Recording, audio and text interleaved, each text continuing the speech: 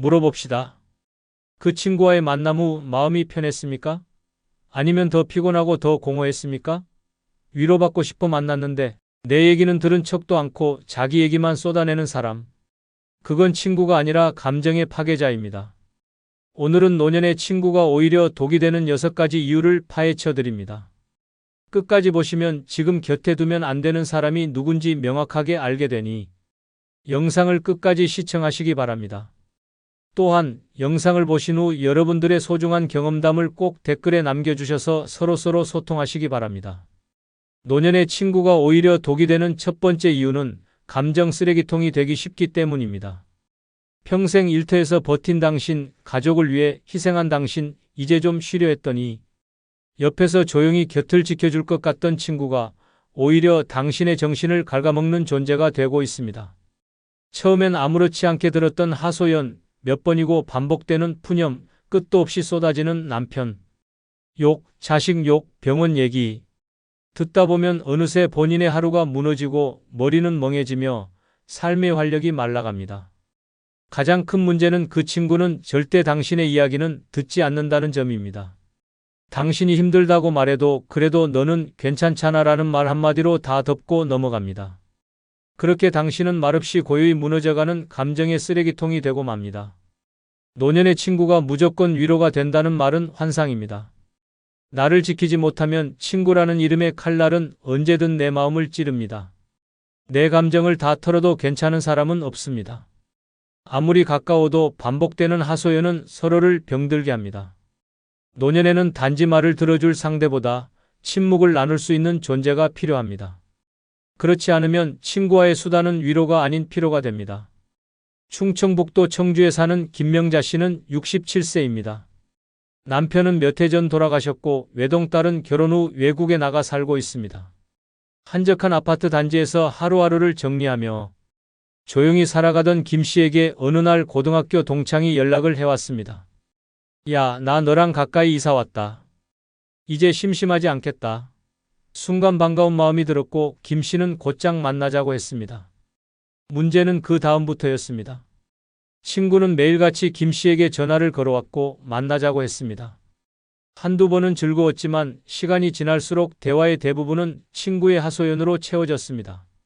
남편 욕, 자식 문제, 며느리 험담, 병원 진료 후기, 경제적 불만, 온갖 세상 탓까지. 김 씨는 처음엔 위로가 되어주려 했습니다. 하지만 나중에는 전화벨만 울려도 가슴이 철렁했고 오늘 또 무슨 얘기를 하려나 두려워지기 시작했습니다.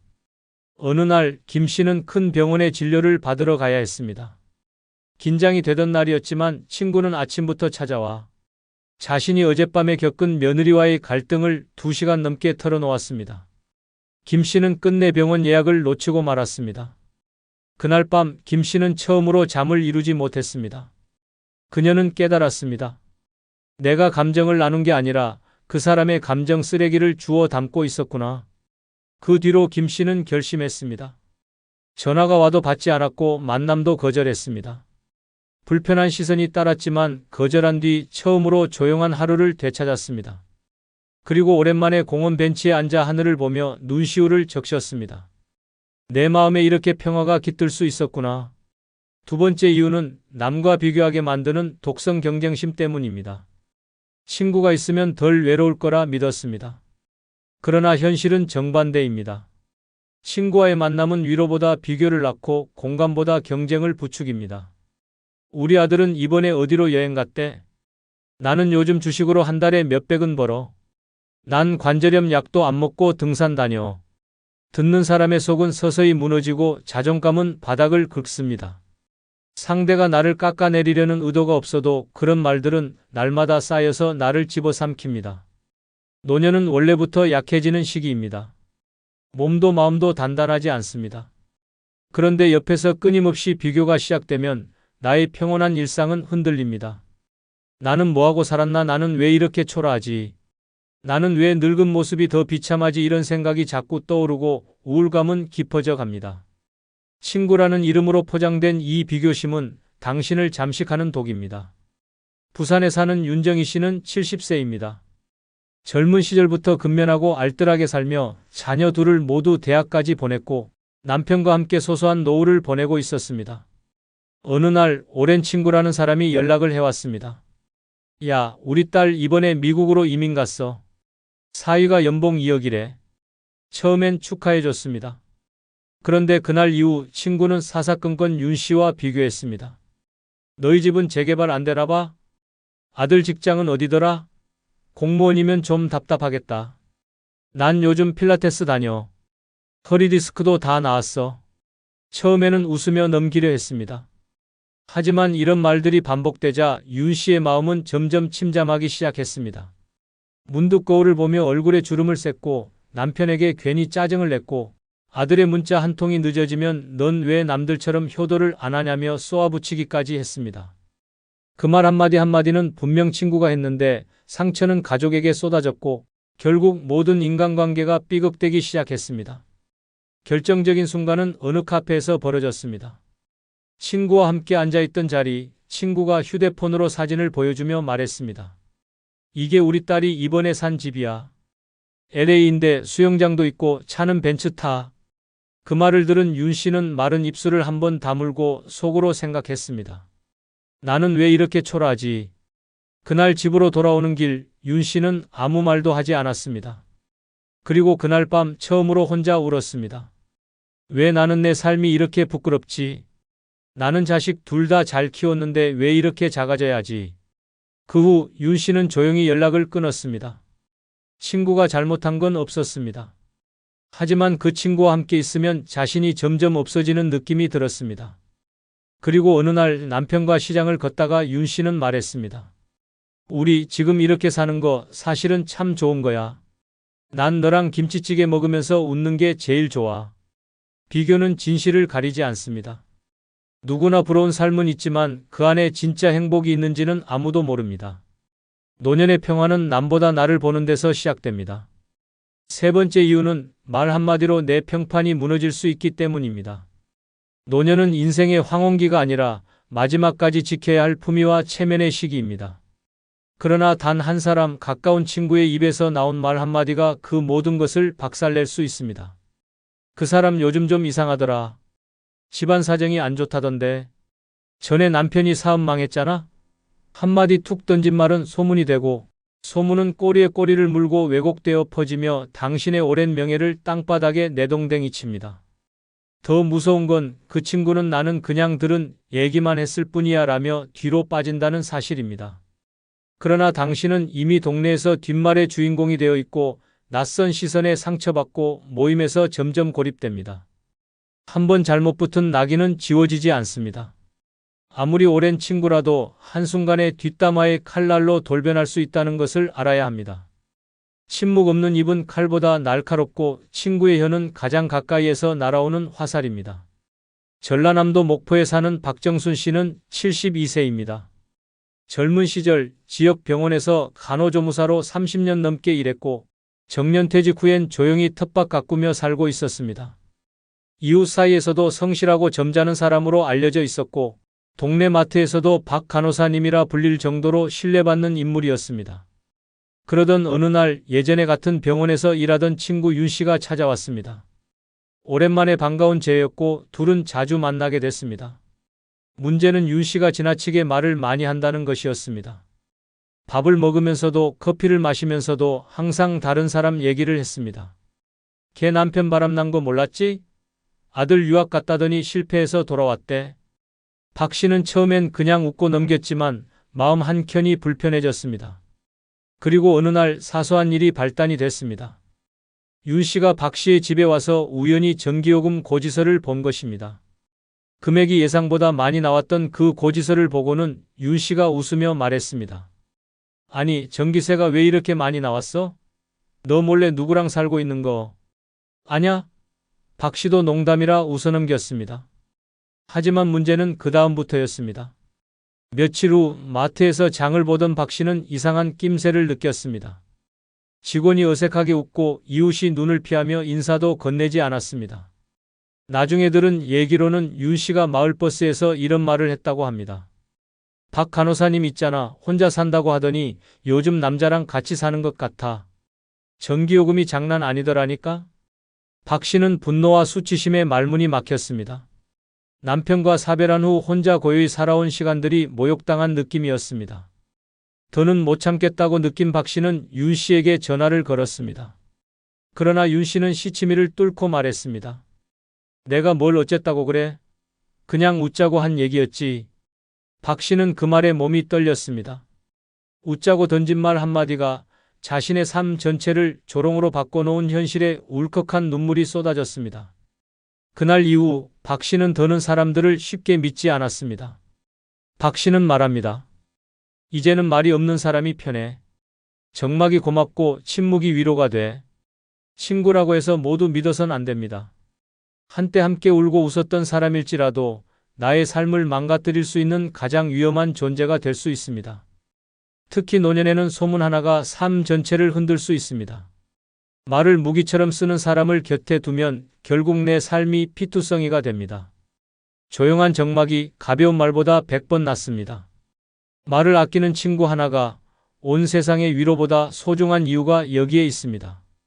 네 번째 이유는 은근한 금전거래가 인생을 통째로 무너뜨리기 때문입니다. 친구는 가족보다 가까울 수 있지만 돈 앞에서는 가장 멀어져야 할 존재입니다. 노년에 가장 위험한 것은 누군가의 부탁을 거절 못하는 당신의 착한 마음입니다. 친구가 급해서 그런데 100만 원만 빌려줘라며 속삭일 때, 이번 달에만 좀 쓰고 다음 달에 갚을게라며 읍소할 때 당신은 그저 한 번만 도와주자고 생각합니다. 그러나 그 한 번이 시작되면 다음은 없고 끝은 파탄뿐입니다. 돈을 빌려줬다가 돌려받지 못하는 일은 흔합니다. 하지만 더 치명적인 건 돈 문제로 인해 관계까지 잃는다는 점입니다. 내가 뭐 때문에 쟤랑 말을 섞었지라는 후회는 당신을 잠 못 이루게 만들고 가슴에 앙금처럼 남습니다. 자존심도 신뢰도 평생 쌓아온 인간관계도 무너뜨리는 것이 바로 돈이며 특히 노년의 금전거래는 회복할 수 없는 균열을 남깁니다. 대구 수성구에 사는 정순자 씨는 68세입니다. 평생 초등학교 영양사로 일하다 정년퇴직을 했고 퇴직금과 노후 자금으로 매달 80만 원씩 적금과 예금을 쪼개가며 조심스럽게 살아가고 있었습니다. 평소 말이 많지 않고 무슨 일이든 손해보더라도 불평 안 하는 성격이라 주변에서도 정 씨는 착하다는 말을 많이 들었습니다.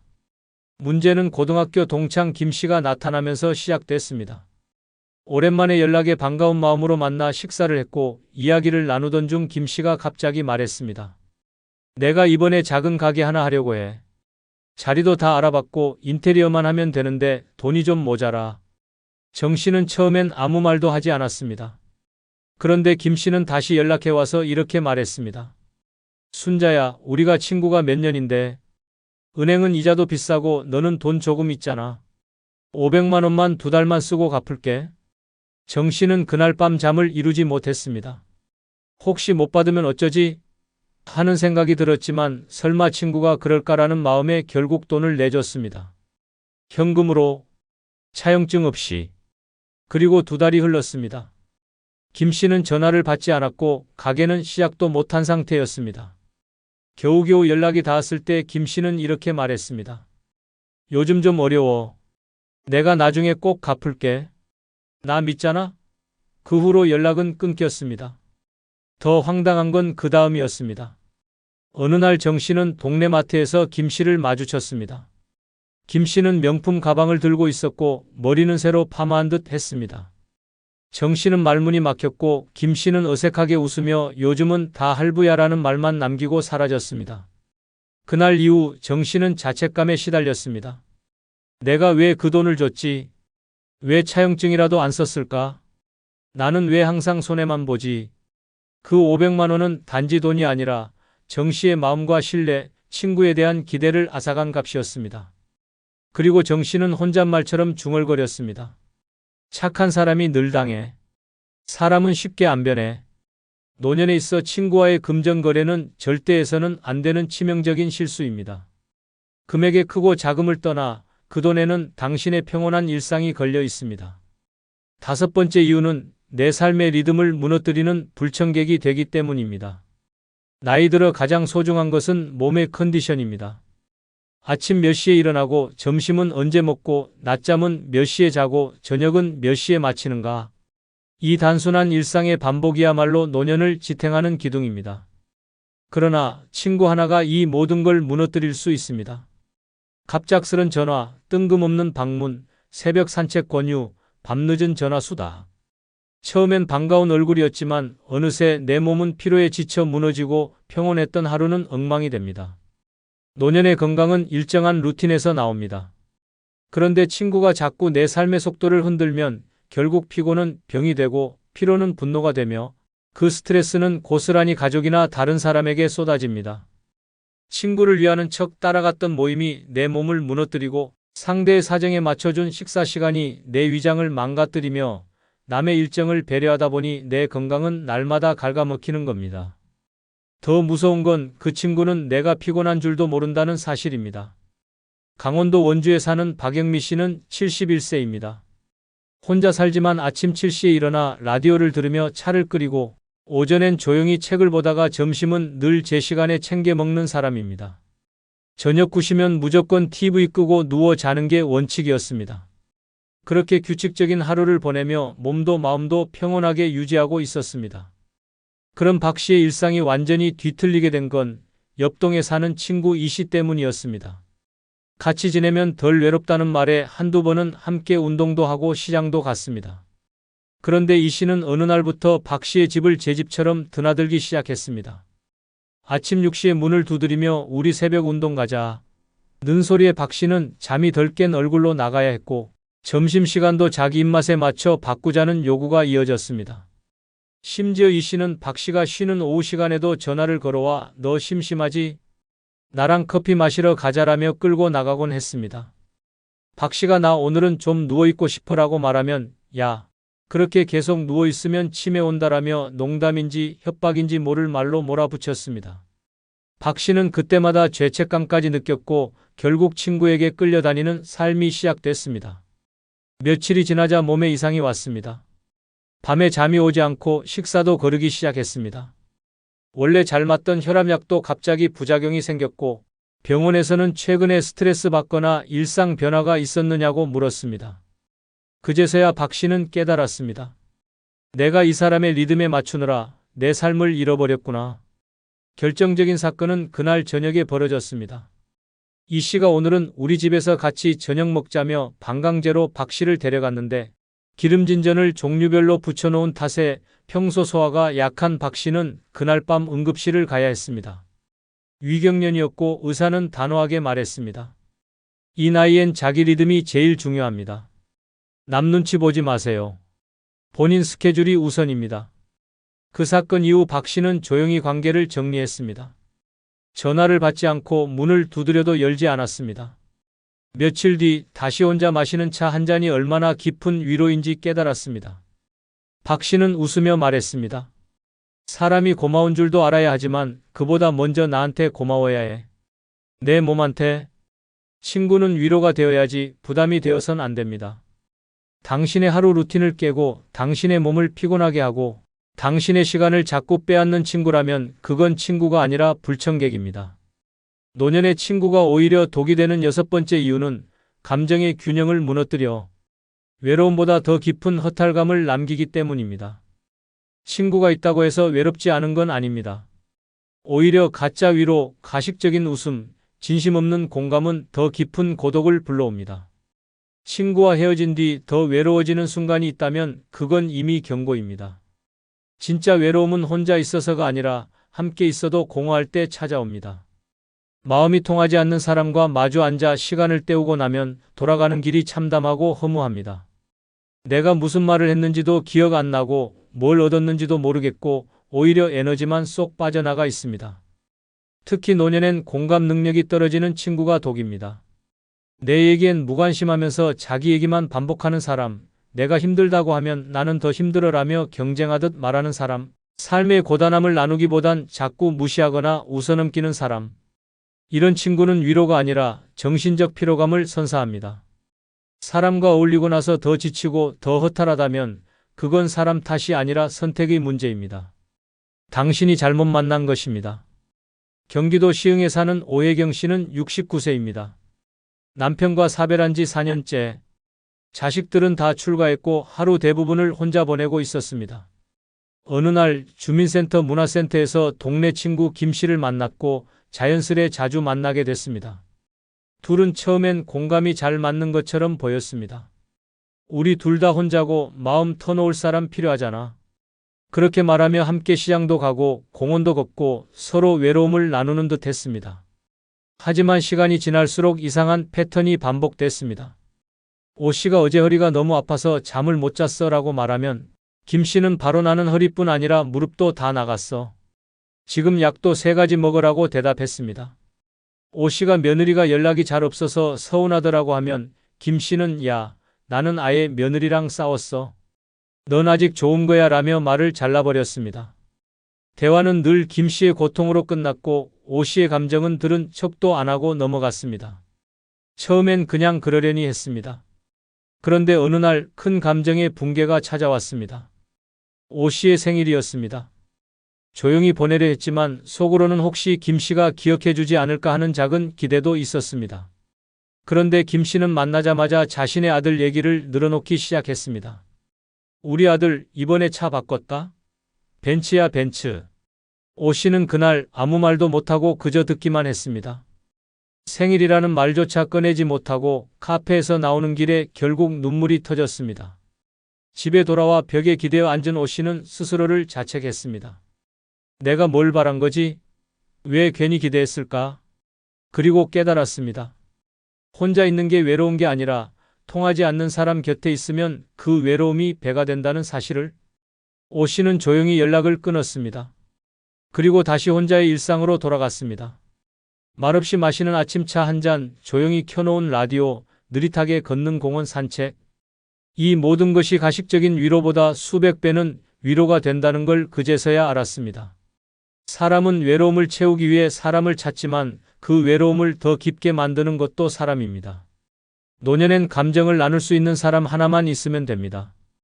억지로 맞추고 감정을 억누르고 상처받고도 웃는 관계는 필요 없습니다. 이상 영상을 마치며 여러분들의 다양한 의견과 경험담을 댓글에 꼭 남겨주시기 바랍니다. 감사합니다. 당신 자식이 결혼했다고요? 이제는 말 한마디가 인생을 갈라놓습니다. 무심코 내뱉은 한마디가 관계를 끊고 마음을 다치게 만들고 평생 돌이킬 수 없는 오해를 낳습니다. 그래도 부모니까 내가 키운 자식인데라는 생각은 착각입니다. 이제 자식은 독립된 인격이고 별개의 가정입니다. 그걸 인정하지 않으면 아무리 피를 나눈 사이라도 남보다 더 먼 사이가 됩니다. 특히 기혼 자녀에게는 절대 해서는 안 될 말이 있습니다. 한순간의 감정, 섭섭함, 걱정이 담긴 말일지라도 그 말 한마디로 자식은 돌아서고 멀어지고 마음의 문을 닫아버립니다. 이건 단순한 갈등이 아닙니다. 당신 노년의 외로움과 고립이 시작되는 신호탄일 수 있습니다. 지금부터 말씀드릴 5가지 말, 이건 절대 입 밖으로 꺼내서는 안 되는 말입니다. 당신의 마음은 몰라도 자식은 당신의 말 한마디로 평생을 기억합니다. 그리고 언젠가 당신이 그토록 바라던 따뜻한 한 끼, 정다운 안부 전화 하나도 사라질 수 있습니다. 끝까지 집중해서 들어주시기 바랍니다. 기혼 자녀에게 죽어도 말하면 안 되는 첫 번째는 내가 너 키우느라 인생 다 바쳤다는 말입니다. 이 말 한마디가 자식의 마음을 돌이킬 수 없이 얼어붙게 만들고 당신이 쌓아 올린 모든 사랑의 흔적을 원망으로 바꿔놓습니다. 처음엔 그저 서운한 감정에서 튀어나온 말입니다.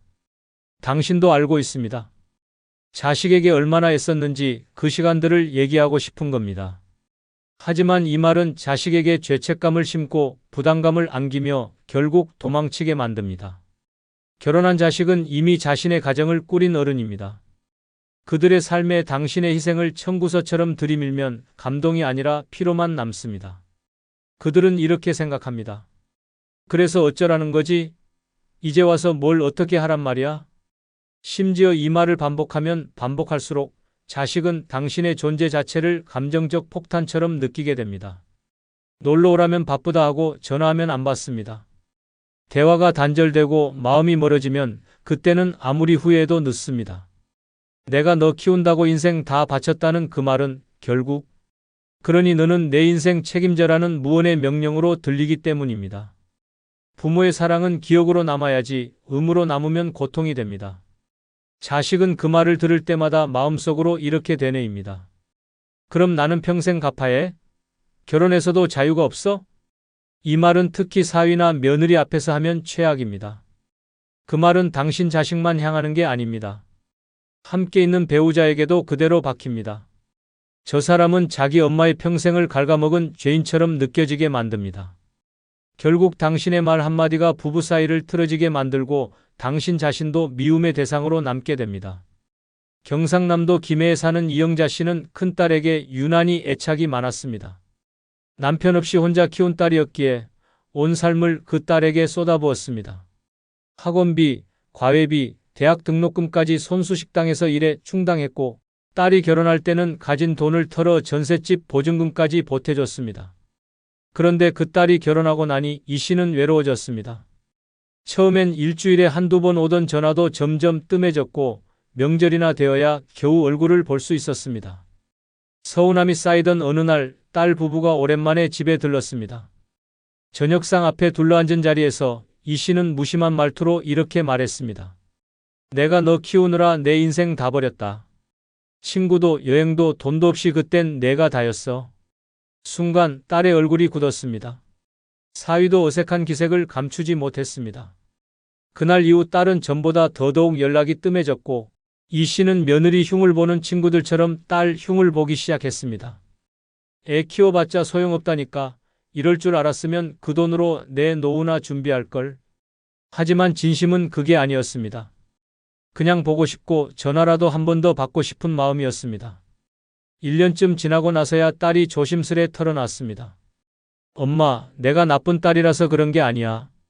엄마가 그 말할 때마다 너무 무거워. 내가 엄마 인생 망친 사람처럼 느껴져. 그냥 내 인생도 힘들어서 그래. 근데 엄마 말 들으면 죄인이 된 것 같아. 이 말을 들은 순간 이 씨는 눈물을 흘렸습니다. 그제야 깨달았습니다. 자신의 사랑이 결국 자식에게 무기가 되었다는 사실을. 사랑은 기억으로 남을 때 따뜻하지만 음으로 남으면 무겁고 버겁습니다. 이제는 말해야 할 타이밍이 아니라 지켜봐줄 타이밍입니다. 내가 널 얼마나 사랑했는지라는 말은 굳이 입 밖에 꺼내지 않아도 됩니다. 자식은 이미 다 알고 있으니까요. 당신이 조용히 미소 지어주는 그 얼굴 하나면 충분합니다. 기혼 자녀에게 죽어도 말하면 안 되는 두 번째는 그렇게 커서 지금 뭐가 됐냐는 말입니다. 이 말 한마디는 자식의 자존심을 송두리째 부숴버리고 지금껏 쌓아온 관계의 벽을 단숨에 무너뜨립니다. 이 말은 칼날입니다. 부모 입장에선 한숨 섞인 푸념이고 못내 아쉬운 감정 표현일 수 있습니다. 하지만 자식에게는 평생을 부정당하는 심정이 됩니다. 내가 해온 모든 선택이 엄마 아빠 눈엔 다 실패였구나. 이렇게 받아들여집니다. 특히 기혼 자녀에게 이 말을 하면 그 부부관계 전체를 부정하는 효과가 생깁니다. 취업, 결혼, 진로, 이사까지 그들의 삶의 궤적 전부를 싸잡아 실패로 만들어버리는 폭탄이 됩니다. 자식의 내면은 이렇게 외칩니다. 내가 왜 살아왔는지 그 누구보다 부모만큼은 이해해 주길 바랐는데 결국 그 기대가 깨지는 순간 마음의 문도 닫혀버립니다. 부모의 기대에 못 미친다고 느끼는 자식은 두 가지 선택 중 하나를 합니다. 아예 연락을 끊거나 체념하고 얼굴 없는 관계만 유지합니다. 형식적인 인사, 건조한 말투, 반복되는 바빠서요라는 대답. 그 모든 시작은 바로 그렇게 커서 뭐가 됐냐는 말에서 시작됩니다. 충청북도 제천에 사는 김동규 씨는 공무원을 그만두고 창업을 선택했습니다. 평생 남 밑에서 일하기보다 작지만 내 일을 하고 싶다는 꿈이 있었고 40대 초반에 과감히 사표를 냈습니다. 그때는 가족 모두가 응원했습니다. 아내는 작은 카페를 함께 꾸려보자며 기꺼이 동참했고 두 아이도 아빠 멋지다며 박수 쳐줬습니다. 문제는 그 다음이었습니다. 예상보다 장사가 쉽지 않았고 코로나까지 겹치면서 가게는 1년 만에 적자에 허덕이기 시작했습니다. 생활비는 빠듯했고 부부는 번갈아 알바까지 하며 겨우 버티고 있었습니다. 그 소식을 들은 김 씨 어머니는 속이 타들어갔습니다. 그러던 어느 날 김 씨 부부가 명절을 맞아 어머니 댁을 찾았습니다. 밥상 위에는 갈비찜과 나물이 정갈이 차려졌고 손주들은 웃으며 놀고 있었습니다.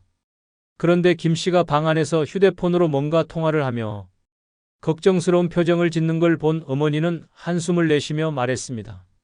내가 너 공부시키느라 얼마나 고생했는지 너도 알지. 남들 다 안정적인 자리 잡고 잘 사는데 너는 그렇게 커서 뭐가 됐냐? 그 말이 떨어지자마자 식탁의 공기가 얼어붙었습니다.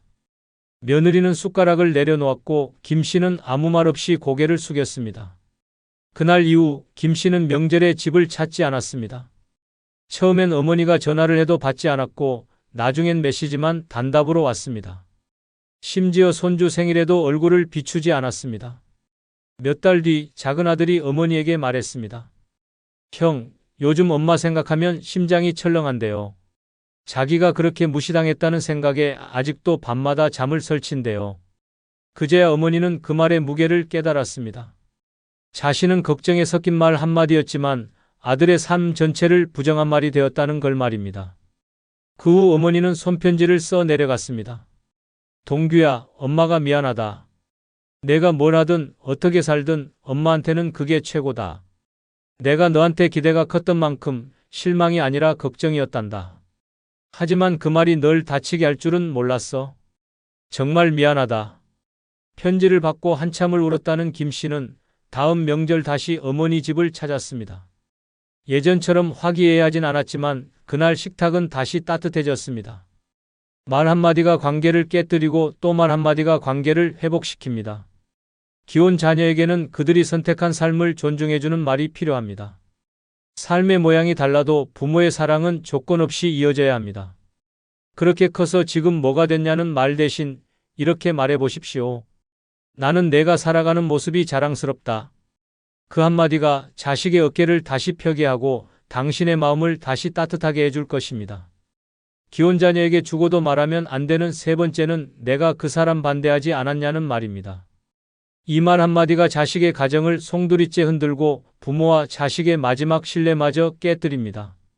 결혼한 자식에게 그 배우자를 향한 부정의 말은 칼로 가정의 중심을 찌르는 짓입니다. 과거에 반대했다는 걸 굳이 끄집어내는 이유가 무엇입니까? 그 말은 결국 지금 내가 불행한 건 내 말 안 들은 탓이라는 책임 전가입니다. 한마디로 그래서 내가 반대했잖아라는 복수의 선언입니다. 하지만 현실은 다릅니다. 그들은 지금 자기 인생을 살고 있습니다. 어떤 선택이었든 그 결과를 스스로 감당하고 함께 견디며 살아가고 있습니다. 그런 상황에서 과거의 반대를 들추면 자식은 두 가지 감정에 휘말립니다. 배우자에 대한 죄책감 그리고 부모에 대한 원망입니다. 그 순간 자식은 둘 중 하나를 선택해야만 합니다. 내 편은 도대체 누구야? 라는 고통 속에서 결국 멀어지는 건 부모입니다. 강원도 원주에 사는 정미영 씨는 아들이 결혼 전 직장 후배였던 여자와 사귄다는 사실을 알게 되었습니다. 첫 만남 자리에서부터 미영 씨는 반감을 가졌습니다. 왜 이렇게 말이 없지? 아들이랑 잘 어울리지 않는데 어디가 마음에 안 차? 결국 결혼을 반대했습니다. 너 좀 더 생각해봐라. 그 사람 너무 무뚝뚝하고 엄마 눈엔 별로다. 하지만 아들은 기어이 결혼을 강행했고 미영 씨는 마지못해 참석했습니다. 그 후 몇 년간 미영 씨는 표면적으로는 며느리를 받아들이는 척했지만 속마음은 달랐습니다. 그러던 어느 날 아들이 아이 양육 문제로 고민을 털어놨습니다. 엄마, 요즘 애 키우는 문제로 집에서 많이 다퉈. 서로 말도 잘 안 통해. 그 순간 미영 씨는 기회를 놓치지 않았습니다. 내가 뭐랬니? 내가 그 사람 반대하지 않았냐? 결국 엄마 말대로 되잖아. 그 성격으론 너 평생 고생할 줄 알았지. 그 말이 끝나기도 전에 아들은 정색하며 말했습니다. 엄마, 그 얘기는 이제 그만해. 엄마가 그 사람 싫어하는 거 내가 몰라서 못 사는 줄 아세요? 그리고 다음 날 아들은 아예 전화를 끊었습니다. 며느리는 더 이상 시댁에 오지 않았고 손주는 얼굴조차 보이질 않았습니다. 명절이 되어도 오지 않았고 생일에도 문자 한 통 오지 않았습니다. 몇 달 뒤 미영 씨는 동네 시장에서 우연히 며느리 친구를 만났습니다. 그 친구가 한 말은 이랬습니다. 형님이 결혼할 때 어머님 반대 심했잖아요. 그거 며느리가 지금도 상처로 갖고 있대요. 자기가 아무리 노력해도 어머니 눈엔 평생 틀린 사람일 것 같다고요. 그 말을 들은 미영 씨는 집에 돌아와 밤새 울었습니다. 자신은 며느리보다 아들이 더 중요했기에 한 말이었지만 그 말이 결국 아들과 며느리 모두에게 상처를 줬다는 걸 뒤늦게 깨달았습니다. 그 후 미영 씨는 아들에게 조심스럽게 전화를 걸어 말했습니다. 엄마가 틀렸어. 그땐 그냥 엄마 눈에만 안 찬 거였지 너한테 소중한 사람이란 걸 몰랐어. 지금은 그 사람 덕분에 내가 잘 살아가는 것도 알아. 그 사람 엄마한텐 정말 고마운 며느리야. 그 전화 이후 아들은 처음으로 웃으며 말했습니다. 고마워요. 엄마가 그 말 해줘서 정말 고마워요. 말은 기억보다 오래 남습니다. 특히 결혼 상대를 부정하는 말은 자식의 인생을 부정하는 것이 됩니다. 기혼 자녀에게는 그들의 선택을 인정하고 지지해주는 한마디가 더 큰 힘이 됩니다. 내가 그 사람 반대하지 않았냐는 말 대신 지금 너희가 함께 버텨주는 모습이 참 대견하다고 말해보십시오. 그 말 한마디가 자식의 가정을 지켜주고 당신의 노년을 따뜻하게 만들어줄 것입니다. 기혼 자녀에게 죽어도 말하면 안 되는 네 번째는 그렇게 키워서 애가 뭐가 되겠냐는 말입니다. 이 말은 부모의 눈엔 충고처럼 들릴지 몰라도 자식에게는 전면전 선포로 들리는 말입니다. 손주는 예쁩니다. 하지만 그 손주를 키우는 사람은 더 이상 내 아들, 내 딸이 아니라 누군가의 부모입니다. 그런데 그들의 교육 방식에 대해 시시콜콜 간섭하고 험담하고 정답을 내려주는 순간, 그 순간부터 당신은 할머니가 아니라 감나라 대추나라 하는 꼰대가 됩니다. 특히 이런 말은 치명적입니다.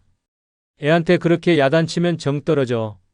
스마트폰 그만 보여줘야지 벌써부터 눈 나빠진다. 옛날엔 다 밖에서 뛰어놀았지 저건 사람 망쳐. 말은 다 옳을 수 있습니다. 하지만 자식은 이렇게 받아들입니다. 결국 우리 키우는 방식은 틀렸단 얘기지 엄마는 늘 지적만 해. 그리고 그때부터 마음의 문은 닫힙니다. 더 무서운 건 그 말이 배우자 귀에 들어가는 순간입니다. 며느리나 사위는 그걸 비난으로 기억합니다. 애를 그따위로 키운다고 들었어요. 그날 이후 당신의 전화는 더 이상 반갑지 않고 방문은 환영받지 못하게 됩니다. 왜냐하면 잔소리의 사전 예고처럼 느껴지기 때문입니다. 경상북도 안동에 사는 김정숙 씨는 손주가 태어났을 때 눈물이 날 만큼 기뻤습니다. 출산 후 얼마 안 돼서 아들이 집으로 아내와 아이를 데려왔고 정숙 씨는 기꺼이 산후조리를 도와주며 아이를 품에 안았습니다. 하지만 문제가 생긴 건 돌이 지나면서였습니다. 며느리는 요즘 육아서적을 기반으로 아이를 키우고 있었고 정숙 씨는 그런 방식이 영 마음에 들지 않았습니다. 밥을 저렇게 물처럼 먹여서 되겠어? 말도 못하는 애한테 책을 몇 권씩 읽히니? 그러다 결국 손주가 밥을 먹다가 칭얼거리자 정숙 씨가 한마디 했습니다. 얘는 하도 말만 듣고 자라서 정서가 메말라가는 것 같아. 그렇게 키워서 뭐가 되겠니? 그 말에 며느리의 얼굴이 굳었습니다. 잠시 후 며느리는 방으로 들어갔고 아들은 조용히 나와 말했습니다. 엄마, 부탁인데 교육 문제는 우리가 알아서 할게요. 엄마 방식이 틀렸다는 게 아니라 우리도 우리 방식이 있는 거예요. 그날 이후 며느리는 집에 잘 오지 않았고 손주 얼굴 보기가 점점 어려워졌습니다. 정숙 씨는 억울했습니다. 내가 틀린 말 했나? 저렇게 키워서 애가 건강하게 자라겠냐고. 그러다 어느 날 정숙 씨는 친구들과의 식사 자리에서 비슷한 얘기를 꺼냈습니다. 그 자리에 있던 한 친구가 말했습니다. 정숙아, 우리 나이에 애 키우는 방식은 바뀐 지 오래야. 우리는 그저 옆에서 웃어주고 예뻐해주고 도와주면 되는 거지 평가하면 안 돼. 자식들도 자존심이 있고 나름대로 공부한 게 있어. 우린 조용히 믿어주는 게 효도야. 그 말을 듣고 돌아오는 길 정숙 씨는 문득 아들의 얼굴이 떠올랐습니다. 늘 자신을 존중하던 그 따뜻한 눈빛이 그날 이후 서운함으로 닫혀버린 걸 이제야 깨달았습니다. 며칠 뒤 정숙 씨는 아들에게 문자를 보냈습니다. 내가 그날 괜한 말을 한 것 같다. 니네가 얼마나 고민하며 키우는지도 알고 있어. 엄마는 그저 예뻐서 그런 거였어. 앞으론 내가 정한 방식 믿고 난 그저 손주 예뻐하기만 할게. 그 다음 주 며느리가 오랜만에 손주와 함께 집을 찾았습니다. 손주는 정숙 씨 품에 안겨 웃었고 며느리는 조용히 말했습니다. 어머니 말 감사합니다. 저도 부족하단 거 알아요. 그래도 믿어주셔서 더 힘이 나요. 기혼 자녀에게는 그렇게 키워서 뭐가 되겠냐는 말보다 내가 정말 잘하고 있어. 참 멋지다는 격려가 더 큰 힘이 됩니다. 손주는 사랑받는 존재이지 평가받는 대상이 아닙니다. 자식도 마찬가지입니다. 부모는 언제나 든든한 울타리여야 합니다. 그 말 한마디가 당신을 진짜 존경받는 부모로 남게 만들어줍니다. 기혼 자녀에게 죽어도 말하면 안 되는 다섯 번째는 니네 중 누구한테 상속할지 고민 중이다는 말입니다. 이 말은 가족이라는 울타리에 불씨 하나를 떨어뜨리는 말이며 자식들 사이를 질투와 탐욕으로 얼룩지게 만드는 가장 위험한 독약입니다. 부모는 단순히 나는 공평하게 해줄 생각이야. 그래도 너희 중 한 명은 좀 더 챙겨야 하지 않겠니? 같은 말로 시작했을지 모릅니다. 하지만 자식들 귀엔 이렇게 들립니다. 이 집안은 이제 유산 전쟁터구나. 내가 잘 보여야 뭘 하나 더 받겠구나. 그 순간부터 자식은 사랑을 얻기 위해 행동하지 않고 몫을 챙기기 위해 계산하기 시작합니다. 형제 자매 사이엔 미묘한 긴장이 흐르고 부모의 한마디, 손길 하나에도 의미를 부여하며 민감해집니다. 엄마는 요즘 왜 언니 집에만 자주 가시지? 전화는 왜 형한테만 먼저 하시지? 그 순간부터 가족은 피부치가 아니라 경쟁자가 됩니다. 이 말이 가장 위험한 이유는 부모가 생존해 있는 동안부터 자식들 마음속에 욕심이라는 씨앗을 심기 때문입니다. 그리고 그 욕심은 시간이 갈수록 자랍니다. 부모가 살아있어도 자식들의 머릿속엔 이미 재산을 놓고 미리 나누는 계산이 굴러갑니다. 그건 자식이 나빠서가 아닙니다. 부모가 먼저 그 생각을 꺼냈기 때문입니다. 충청남도 공주에 사는 박명자 씨는 30년 넘게 남편과 함께 운영한 한식당을 팔고 노후를 위해 전셋집 하나와 예금 1억 원을 남겼습니다. 자식은 딸 둘, 아들 하나. 명자 씨는 가끔 이 말을 꺼내곤 했습니다. 그래도 우리 집은 장남이니까 아빠가 돌아가시면 집은 아들한테 줄까 해. 딸들도 뭐 잘 살잖아. 대신 내가 죽기 전에 다 정리해두고 싶긴 해. 이 말을 들은 첫째 딸은 겉으론 엄마, 우리는 안 바래요라고 말했지만 마음은 부글부글 끓었습니다. 그날 이후부터 딸은 동생에게 연락을 줄였고 명절에도 잠깐 얼굴만 비추고 말았습니다. 둘째 딸은 조용히 있었지만 어머니의 말이 머릿속에서 떠나질 않았습니다. 우리 집은 장남이니까. 그 말에 나는 서열이 밀렸구나. 나는 그냥 조용히 있으라는 뜻이구나라며 마음의 문을 닫았습니다. 가장 큰 문제는 아들이었습니다. 그는 처음엔 부담스러워했지만 시간이 지날수록 기대감이 생겼습니다.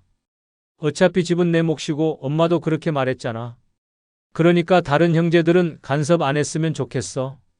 그러던 어느 날 명자 씨가 쓰러졌습니다. 병원비가 들기 시작했고 간병도 필요해졌습니다. 세 자식 모두 모였지만 대화는 따뜻하지 않았습니다. 집은 동생 줄 거면서 왜 우리가 병간호까지 해야 하죠? 그럼 차라리 유언장부터 쓰세요. 깔끔하게.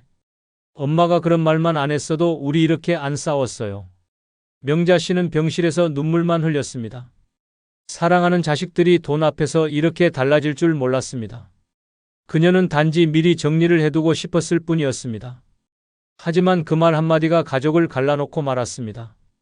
결국 명자 씨는 자식들을 따로 불러 한 사람 한 사람에게 말했습니다. 내가 잘못했다. 사랑은 순서가 없는데 난 괜히 재산 이야기로 순서를 만든 것 같구나.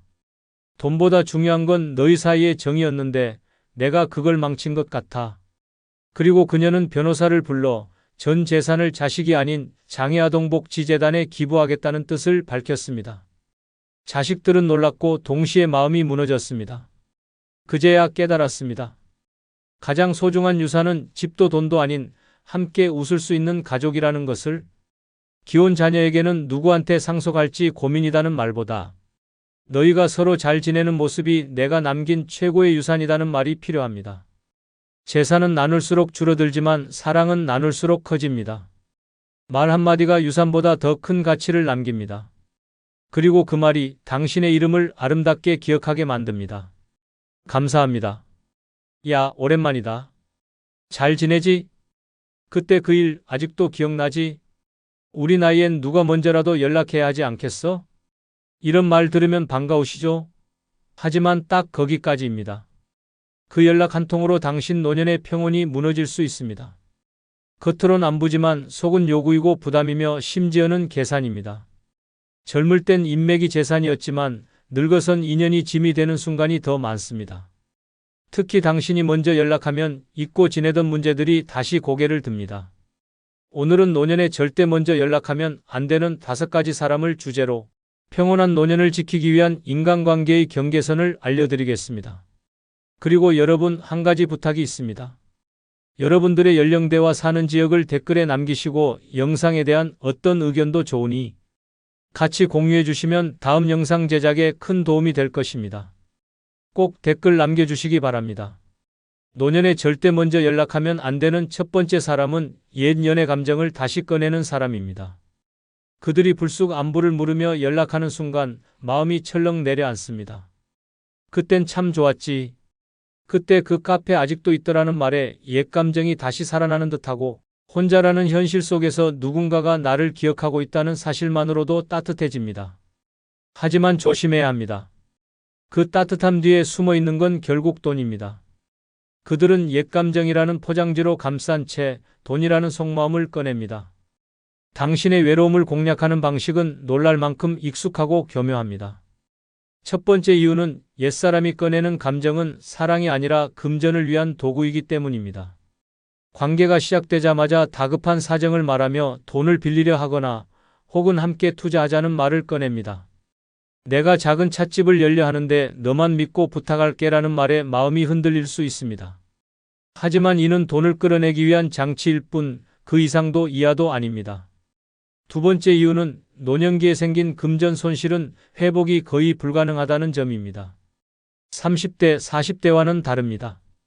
그 나이엔 다시 일하면 돈을 벌 수 있지만 지금은 자산을 지키는 것이 전부입니다. 500만 원, 1000만 원을 잃는 순간 그건 곧 병원비를 잃는 것이고 요양시설 입소 기회를 날리는 것입니다. 세 번째 이유는 돈이 얽히면 관계는 반드시 망가지며 감정은 쓰레기처럼 버려지기 때문입니다. 돈을 받는 쪽은 미안해하지 않고 오히려 당당해지며 연락을 끊습니다. 남는 건 배신감과 자책뿐입니다. 광주에 사는 76세 정선희 씨는 혼자 사는 노후를 보내던 중 52년 전 대학 시절 짝사랑했던 남자에게서 연락을 받았습니다. 그땐 내가 내 마음을 너무 늦게 알았던 것 같아. 요즘 내 생각이 많이 나더라는 말에 가슴이 뛰었다고 했습니다. 처음엔 그저 반가웠습니다. 하루에 한두 번씩 통화했고 가끔 커피도 마셨습니다. 그렇게 3개월이 지나자 그가 말했습니다. 내가 지금 아는 사람과 사업을 하나 해보려 하는데 내가 딱 500만 원만 투자해주면 매달 수익을 나눌 수 있을 것 같아. 계약서도 다 있고 절대 손해 안 보게 할게. 정 씨는 잠시 망설였습니다. 하지만 그래도 예전에 날 좋아했었고 지금도 나한텐 잘하니까 하는 생각에 결국 돈을 보냈습니다. 처음엔 가게 인테리어 사진도 보내고 직원 사진도 보여주며 안심시켰습니다. 하지만 2달 후 그는 연락을 끊었습니다. 카톡은 읽지 않고 전화는 꺼져 있었습니다. 남은 건 외로움과 함께 밀려온 자책감이었습니다. 내가 바보였던 거죠. 추억이라는 이름에 속아서 돈을 내줬어요. 그냥 그 사람은 추억으로만 남겼어야 했어요. 노년은 감정보다 현실이 우선입니다. 추억은 아름다우나 현실은 냉정합니다. 누군가가 옛 감정을 꺼내며 다가온다면 그 순간부터 경계해야 합니다. 감정으로 위장한 돈 거래는 결국 신뢰도 무너뜨리고 당신의 인생까지 흔들어 놓습니다. 노년의 지갑은 마지막 자존심입니다. 지키지 못하면 단지 돈만 잃는 게 아니라 인생마저 흔들립니다. 옛 감정은 연락이 아닌 기억으로 간직할 때 비로소 안전합니다. 누군가 추억을 꺼내며 돈 이야기를 시작한다면 그것은 사랑이 아니라 침입입니다. 그 순간 단호하게 끊어내는 것이 당신의 남은 삶을 지키는 최선의 방법입니다. 두 번째 사람은 만날 때마다 자기 자랑만 늘어놓는 사람입니다. 당신이 어떤 마음으로 전화를 했든 어떤 고민을 털어놓았든 결국 대화는 늘 그 사람 이야기로 끝납니다. 손주의 대학 합격부터 딸이 외국에서 뭘 샀다는 얘기, 자식이 차를 바꿨다는 자랑에 듣는 사람은 마치 관종처럼 옆에 앉아 박수나 치고 있어야 합니다. 그런데 문제는 이런 사람들이 단순히 자랑만 하는 게 아니라 듣는 사람의 자존감을 서서히 갉아먹는다는 데 있습니다. 첫 번째 이유는 이런 사람과의 대화는 비교의 덫에 빠지게 만들기 때문입니다. 당신 자식은 평범하게 살고 있는데 그 사람은 자기 자식이 외제차를 몰고 다닌다느니 손주가 미국 명문대를 갔다느니 떠들어대면 자연스럽게 위축되고 자괴감이 생깁니다. 두 번째 이유는 이런 사람들은 상대방의 감정을 전혀 고려하지 않기 때문에 위로를 받아야 할 상황에서도 도리어 상처를 입게 됩니다. 그 나이에도 아직 집도 없어요? 자식들한테 용돈은 좀 받아요? 라는 식의 말을 아무렇지 않게 던집니다. 세 번째 이유는 노년에 중요한 건 자존감과 평정인데 이런 사람과 자주 연락하고 만나면 스스로를 깎아먹게 됩니다. 당신 삶의 기준이 흔들리고 있는 그대로의 자신을 부정하게 됩니다. 경기도 고양시에 사는 74세 윤순덕 씨는 얼마 전까지 고등학교 친구와 자주 연락하며 지냈습니다. 둘은 50년직이었고 과거엔 늘 서로의 삶을 응원해주는 관계였습니다. 그런데 그 친구가 딸이 대기업에 입사하고 사위가 의사가 된 뒤부터는 말투가 달라졌습니다. 우리 딸은 요즘 골프 배우느라 바쁘고 사위가 외제차를 뽑았다더라는 식의 이야기를 매번 반복했습니다. 윤 씨가 요즘 좀 허리도 아프고 병원비가 부담된다고 말해도 돌아오는 답은 아이고 난 딸이 병원까지 다 데려다 주니까 그런 걱정 안 해였습니다. 그녀는 처음엔 질투하는 자신의 마음이 부끄럽기도 했다고 합니다. 그런데 어느 날 그 친구가 모임에서 윤 씨를 향해 이렇게 말했습니다. 얘는 아직도 아파트 대출 갚고 있대. 나는 벌써 집도 딸 명의로 넘겼다니까. 그래야 자식이 효도하더라. 사람들은 웃었지만 윤 씨는 웃을 수 없었습니다. 그날 밤 집에 와서 한참을 울었다고 했습니다. 그냥 내가 너무 초라하게 느껴졌어요. 이 나이에도 아직 누구한테 기죽고 부러워하고 자책하고 내가 왜 그 전화를 받았을까 후회됐어요. 그 후로 윤 씨는 그 친구의 연락을 받지 않고 있습니다. 모임에도 나가지 않습니다. 그러자 신기하게도 기분이 좋아졌다고 했습니다. 내 삶은 변한 게 없는데 자꾸 내 삶이 잘못된 것처럼 느껴졌거든요. 그런데 그 사람 연락 안 받으니까 내 하루가 소중하게 느껴졌어요. 윤 씨는 지금 작은 텃밭을 가꾸며 하루하루를 살고 있습니다. 손주는 일반 초등학교에 다니고 자식은 번듯하지 않아도 꾸준히 안부를 묻습니다. 그리고 말합니다. 이제는 나를 깎아먹는 사람과는 절대 먼저 연락 안 해요. 내 마음이 평온해야 내 노년도 평온하거든요. 노년에 가장 중요한 건 평정심입니다. 누구와의 관계가 그 평정을 깨뜨리고 자존감을 무너뜨린다면 그 사람은 연락할 가치가 없는 사람입니다. 자기 자랑에만 취해 있는 사람은 당신 이야기에 귀 기울이지 않습니다. 그런 사람의 말 한마디는 칭찬이 아니라 공격이고 관심이 아니라 무시입니다. 이제는 당신 삶을 스스로 존중하고 그 가치를 지켜야 할 시간입니다. 만날 때마다 자랑만 늘어놓는 사람에게 먼저 연락하는 순간 당신 인생은 비교의 구덩이로 굴러떨어집니다. 그 구덩이는 깊고 빠져나오기는 어렵습니다. 그러니 연락하지 마십시오. 당신은 비교 대상이 아닙니다. 당신 삶 자체가 그 자체로 충분히 소중합니다. 노년에 절대 먼저 연락하면 안 되는 세 번째 사람은 늘 아는 척하며 정보를 흘리는 사람입니다. 이 사람들은 대화가 아니라 일방적인 강의를 합니다. 요즘 부동산은 무조건 지방으로 가야 돼. 내가 아는 사모펀드 하나가 대박이 났다더라. 요즘 비트코인이 다시 뜬다던데. 아직 몰라? 자기는 돈을 벌었다고 하면서 듣는 사람에게는 묘한 압박을 줍니다. 심지어 지금 아니면 기회 없다. 너만 특별히 알려주는 거다라며 은밀한 듯 유혹합니다. 하지만 알고 보면 그 정보는 누구나 아는 인터넷 카더라 수준이거나 본인도 정확히 모르는 내용을 떠드는 것뿐입니다. 첫 번째 이유는 이들은 정보를 주려는 게 아니라 우월감을 과시하려는 심리로 움직이기 때문입니다. 당신을 걱정하는 척하지만 실은 자신이 얼마나 잘 알고 있는지를 드러내고 싶을 뿐입니다. 두 번째 이유는 그 정보에 기대어 투자했다가 손해를 보면 당신만 책임을 떠안는다는 점입니다. 그 사람은 항상 빠져나갈 구멍을 만들어 놓습니다. 나는 그냥 들은 이야기야. 나는 괜찮았는데 너는 왜 그랬지? 라며 발뺌을 합니다. 세 번째 이유는 노년의 돈은 위험 감수 자금이 아니라 생존 자금이라는 점입니다. 한번 잃으면 끝입니다. 다시는 복구되지 않습니다. 전북 익산시에 사는 75세 이 남자 씨는 평생을 전략하며 살아온 성실한 분이었습니다. 손주 학비에 조금 보태고 병원비라도 여유있게 쓰자며 모아놓은 돈이 약 3천만 원 정도 있었습니다. 그러던 중 고향 친구인 박모 씨에게서 연락이 왔습니다. 형님, 이번에 진짜 확실한 정보 하나 있는데 내가 형님이라 말해주는 거야. 경남 쪽에 물류창고 개발이 들어가는데 지금 소액 투자자 모집 중이야. 1,000만 원만 넣어봐. 6개월이면 원금의 30% 붙어서 나와. 이 씨는 망설였습니다. 하지만 박 씨는 내가 이미 2천만 원 넣었어.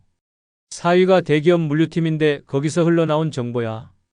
진짜니까 믿어봐라고 말했습니다. 평소 박 씨는 항상 아는 척이 심했고 정치든 경제든 뭐든 다 꿰뚫고 있다는 듯 말하던 사람이었습니다. 이 씨는 결국 친구의 말에 기대어 1,000만 원을 입금했습니다. 계약서는 있었지만 너무 간단했고 수익 보장은 말로만 설명됐습니다. 6개월 후 연락이 끊겼습니다. 박 씨도 전화를 받지 않았습니다.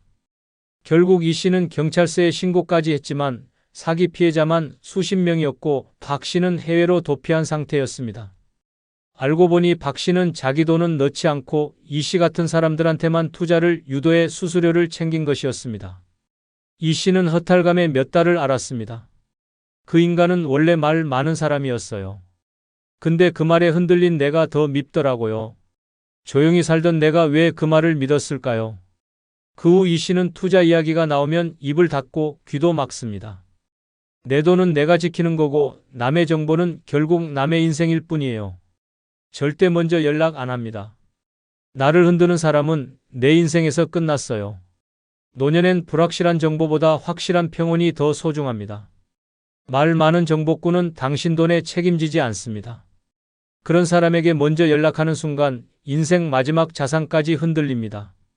투자 정보를 흘리는 사람과는 거리를 두는 것이 노년의 생존 전략입니다. 당신이 믿을 수 있는 사람은 소문을 퍼뜨리는 사람이 아니라 묵묵히 당신 곁을 지켜주는 사람입니다. 노년에 절대 먼저 연락하면 안 되는 네 번째 사람은 노년에 재혼하자며 은근히 접근하는 사람입니다. 처음엔 따뜻한 말 한마디, 잔잔한 위로처럼 다가옵니다. 혼자 외롭지 않으세요? 요즘 누가 밥 챙겨줘요? 이런 말이 꼭 연민처럼 들리지만 실은 철저히 계산된 유혹입니다. 그들은 사랑이 아니라 생활의 편의, 경제적 이익 혹은 돌봄, 노동을 기대하며 다가오는 경우가 많습니다. 정이 그리운 노년기에 그 따뜻함에 마음이 녹고 다시 누군가와 함께라는 환상에 기대고 싶어집니다. 하지만 그 이면엔 냉정한 현실이 도사리고 있습니다. 첫 번째 이유는 노년의 재혼은 동반자가 아니라 책임자가 되는 경우가 많기 때문입니다. 한쪽은 병원비, 생계, 자식 문제를 떠넘기고 다른 한쪽은 그걸 사랑이니까 참고 감당합니다. 결국 일방적인 희생의 시작입니다.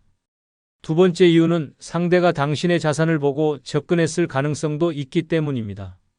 연금 수급 여부, 집 명의, 월 수입. 이런 정보를 자연스럽게 캐묻는 사람은 진심이 아니라 계산을 하고 있는 것입니다. 세 번째 이유는 재혼 뒤에 오는 충돌은 이혼보다 더 고통스럽습니다. 자식 간 갈등, 재산 분쟁, 병수발 문제 등으로 인해 결국 혼자보다 더 외로운 노후가 찾아옵니다. 충남 논산시에 사는 78세 정영숙 씨는 10년 전 남편과 사별한 뒤 혼자 지내고 있었습니다. 그러던 어느 날 동창회 모임에서 70대 중반의 한 남성과 연락이 닿았습니다. 그 남성은 다정했고 전화도 자주 했습니다. 혼자 밥 차려 먹기 힘드시죠?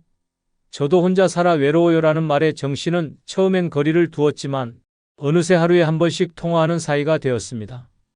그리고 어느 날 그가 조심스럽게 말했습니다. 우리 남은 인생 서로 외롭지 않게 같이 살아보면 좋지 않겠어요? 정 씨는 망설였지만 혼자 사는 외로움과 그가 보여준 배려에 마음이 기울었습니다. 그 남성은 당장 혼인신고는 말고 그냥 살림만 같이 하자고 했고 정 씨는 결국 자기 아파트에 남성을 들였습니다. 문제는 그때부터였습니다.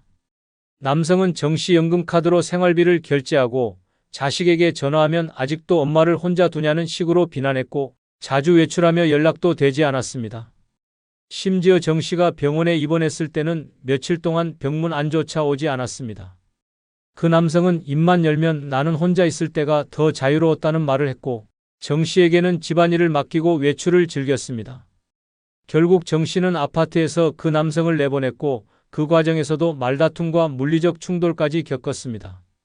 무엇보다 힘들었던 건 자식들 앞에서 스스로 한 선택을 인정받지 못한 채 자책과 후회를 삼켜야 했다는 점입니다.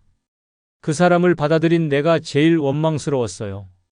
따뜻한 사람이 아니라 단순히 돌봄이 필요한 사람이었는데 그걸 몰랐어요. 노년의 재혼은 사랑이 아니라 생존을 위한 계약이 되기 쉽습니다. 누군가 다가와 다정한 말을 하고 함께 살자는 제안을 한다면 그것은 감정이 아니라 계산일 수 있습니다. 그들이 바라는 건 마음이 아니라 안정이고 그 안정은 종종 당신의 노동과 재산을 기반으로 합니다. 외로움을 달래기 위해 또 다른 짐을 짊어지게 된다면 그건 함께 사는 게 아니라 조용히 무너지는 길입니다. 노년은 누구와 함께보다 어떻게 혼자가 더 중요해지는 시간입니다. 재혼을 제안하며 접근하는 사람에게 먼저 연락하는 순간 당신 삶의 중심은 흔들릴 수 있습니다. 관계는 설레야 하고 편안해야 하며 당신을 지켜주는 방향이어야 합니다. 당신을 보호하지 않는 사랑은 사랑이 아닙니다. 단호하게 선을 긋고 자신의 삶을 스스로 지켜내는 것, 그것이 노년의 진짜 존엄입니다. 노년에 절대 먼저 연락하면 안 되는 5번째 사람은 퇴직했는데도 아직도 직장 부하처럼 나를 대하는 사람입니다. 명함은 내려놨는데 태도는 여전히 상사입니다. 얼굴만 보면 반가워야 하는데 만나면 기가 먼저 죽습니다. 요즘 뭐하고 지내나? 그러니까 내가 예전에 뭐라고 했어? 그 나이 먹고도 그 수준이야? 이런 말을 아무렇지 않게 던지며 대화는 늘 훈계와 평가로 시작되고 끝납니다. 당신이 인생의 동료로 대하고 싶은데 상대는 여전히 직급으로 군림하려 듭니다. 첫 번째 이유는 이들은 인간관계가 아닌 직장 질서 안에서 사람을 대하기 때문입니다. 퇴직 후에도 사람을 아래 사람, 내가 가르쳤던 애로 규정짓고 일상마저 지시하려 합니다. 두 번째 이유는 당신의 현재를 무시하고 과거의 위계로만 판단하기 때문에 자존감이 계속해서 깎여 나갑니다. 세 번째 이유는 이런 사람과 계속 관계를 유지하면 자연스럽게 당신 삶의 중심이 흔들리고 스스로를 무능하고 뒤처진 사람으로 착각하게 됩니다. 경기도 평택에 사는 74세 김영래 씨는 20년 전 같은 공장에서 일하던 팀장 출신 이모 씨와 다시 연락을 시작했습니다. 같은 시절 같은 고생을 한 사이니 반갑기도 했습니다. 처음엔 옛 추억을 나누며 웃었지만 만남이 거듭될수록 불편함이 쌓였습니다. 이 씨는 여전히 자신을 팀장님으로 포장했고 김 씨에게는 야, 너는 항상 일처리가 느렸지. 성격이 답답했어라며 과거 평가를 아무렇지 않게 입에 올렸습니다. 김 씨가 요즘에는 손주 돌보면서 글 쓰는 재미에 산다고 말하자 이 씨는 이렇게 말했습니다. 내가 글을 쓴다고? 그게 사람들한테 통하겠냐? 넌 그쪽 머리는 좀 부족했잖아. 김 씨는 한순간 얼굴이 굳었습니다. 그 자리를 웃으며 넘겼지만 집에 돌아와 밤새 잠을 이루지 못했습니다. 난 그 사람을 친구라고 생각했는데 그 사람은 날 아직도 부하로 보는구나. 이후에도 이 씨는 단톡방에선 항상 다들 뭐하고 사냐? 너무 편하게 늙는 거 아냐? 는 식으로 말을 올렸고 김 씨가 뭔가 할 때마다 그건 내가 예전부터 시키려던 거야 라고 말했습니다. 심지어 모임 날짜를 정할 때도 김 씨에게 그날 되게 해라고 지시하듯 말하는 바람에 모임을 취소한 적도 있습니다. 결정적인 계기는 김 씨가 동네 문화센터에서 자서전 쓰기 강좌를 시작했다는 말을 했을 때였습니다. 이 씨는 말했습니다. 넌 아직도 남한테 뭘 배우냐? 내가 알려줄게. 나한텐 배운 게 더 많아. 그 말에 김 씨는 참았던 감정이 폭발했습니다. 형, 제발 좀 과거에서 벗어나요. 난 이제 누구의 부하도 아닙니다. 나도 나름대로 인생 잘 살고 있어요. 그리고 그날 이후 김 씨는 이 씨의 연락을 받지 않았습니다. 그는 말합니다. 늙어서도 누군가 아래에 있어야 편한 사람과는 이제 끝입니다. 내 인생은 이제 내 것이고 누구의 평가도 지시도 필요 없습니다. 지금 그는 손주와 글쓰기 수업을 함께하며 자기만의 삶을 조용히 그러나 단단하게 살아가고 있습니다. 노년은 과거의 계급장이 더 이상 통하지 않는 시기입니다. 당신을 여전히 부하처럼 대하는 사람은 추억이 아니라 상처만 남깁니다. 이제는 수직이 아닌 수평의 관계가 필요할 때입니다. 존중이 없는 관계, 위계로만 이어지는 만남은 독이 됩니다. 그런 사람에게 먼저 연락하는 순간 당신의 노년은 또다시 과거의 위계 속으로 끌려가게 됩니다. 이제는 누구의 밑도 위도 아닌 오직 나 자신으로 당당히 서야 할 시간입니다. 이번 영상은 여기까지입니다. 여러분들의 많은 경험담과 의견을 댓글에 달아주시기 바랍니다. 그리고 다른 분들에게 영상을 많이 공유해 주시기 바랍니다. 내일 더 좋은 영상으로 찾아뵙겠습니다. 여러분, 지금 당장 거울을 보세요. 거울 속 얼굴에 진짜 행복이 보이시나요? 아니면 평생 남을 위해 살아온 피로가 가득한가요? 70세의 어떤 분들은 혼자 살면서도 누구보다 행복하고 자유로운 분들이 있어요. 반면에 자식도 있고 돈도 많은데 매일 불안해하고 외로운 분들도 있죠. 누가 더 행복할까요? 그 차이가 뭔지 아세요? 오늘 제가 알려드릴 이 5가지만 준비하면 자식 눈치 안 보고 돈 걱정 안 하고 누구한테도 의존하지 않는 완전히 자유로운 삶을 살 수 있어요. 하지만 99%의 사람들이 이 진실을 모르고 있어요. 특히 3번째는 정말 충격적이에요. 대부분의 부모님들이 평생 반대로 살아왔거든요. 마지막 5번째는 이것 없이는 앞에 4가지가 모두 무너질 수 있는 가장 중요한 비밀이에요. 이 영상이 도움이 되셨다면 구독 버튼과 좋아요 버튼 꾹 눌러주시고 같은 고민을 하는 주변 분들께 공유도 해주세요. 그럼 첫 번째부터 시작해 볼까요? 첫 번째는 생활비 최소 10년치 현금을 확보하는 것입니다. 10년치 현금이라니 그게 말이 되나요? 하고 생각하실 수 있지만 이것이야말로 진짜 자유로운 노후를 보장하는 비결이에요. 먼저 현실적으로 계산해 보겠습니다. 혼자 살면서 한 달에 드는 최소 생활비가 얼마나 될까요? 집세, 식비, 병원비, 통신비, 교통비를 모두 합치면 보통 120만 원에서 150만 원 정도 필요해요.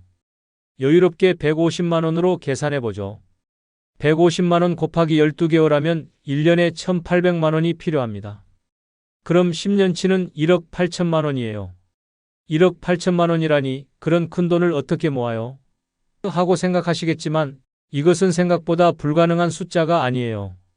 왜 10년치가 필요한지 말씀드릴게요. 첫 번째 이유는 진짜 마음의 평화를 얻기 위해서예요. 자식들한테 손 벌리지 않아도 되고 누구한테도 눈치 보지 않고 살 수 있어요. 이게 바로 경제적 독립이 주는 진짜 힘입니다. 두 번째 이유는 건강 문제 때문이에요. 나이가 들면 언제 어떤 병이 생길지 모르잖아요. 병원비 걱정 없이 좋은 치료를 받을 수 있고 건강 관리에도 돈을 아끼지 않을 수 있어요. 세 번째는 진짜 하고 싶은 일을 할 수 있기 때문이에요. 여행도 가고 싶을 때 가고 취미 생활도 마음껏 하고 봉사활동도 할 수 있어요. 돈 걱정 없이 여생을 보낼 수 있는 거죠. 그럼 이 돈을 어떻게 모을까요? 가장 중요한 것은 지출을 줄이는 거예요. 정말 필요한 것과 그렇지 않은 것을 구분하셔야 해요. 불필요한 보험료, 쓰지 않는 구독료, 비싼 외식비를 과감히 정리하세요. 만약 연금이나 월급으로 월 200만 원을 받고 계신다면 150만 원으로 살고 50만 원을 저축하세요. 그러면 30년이면 1억 8천만 원을 모을 수 있어요. 30년이나 걸려요? 하지 마세요. 어차피 시간은 지나가는 거예요. 그 시간 후에 자유로운 사람이 될 것인지, 여전히 돈 걱정하는 사람이 될 것인지는 지금 여러분의 선택에 달렸어요. 더 빨리 모으려면 부동산 임대 수입이나 주식 배당금 같은 추가 수입을 만드세요. 하지만 여기서 중요한 건 수입이 늘어도 생활비는 그대로 유지하는 거예요. 많은 분들이 그렇게 아껴 살면 재미없지 않나요? 라고 물어봐요. 하지만 진짜 재미는 경제적 자유를 얻은 후에 시작돼요. 돈 걱정 없이 하고 싶은 일을 하면서 사는 것, 그게 진짜 행복한 노후 생활이에요. 지금 여러분이 매일 하는 돈 걱정들을 생각해 보세요. 병원비 걱정, 생활비 걱정, 자식들한테 폐 끼치는 걱정.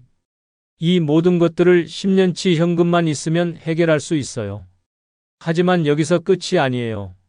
10년치 현금만으로는 완전한 자유를 얻을 수 없거든요. 진짜 혼자서도 최고의 삶을 살려면 나머지 4가지도 준비해야 해요.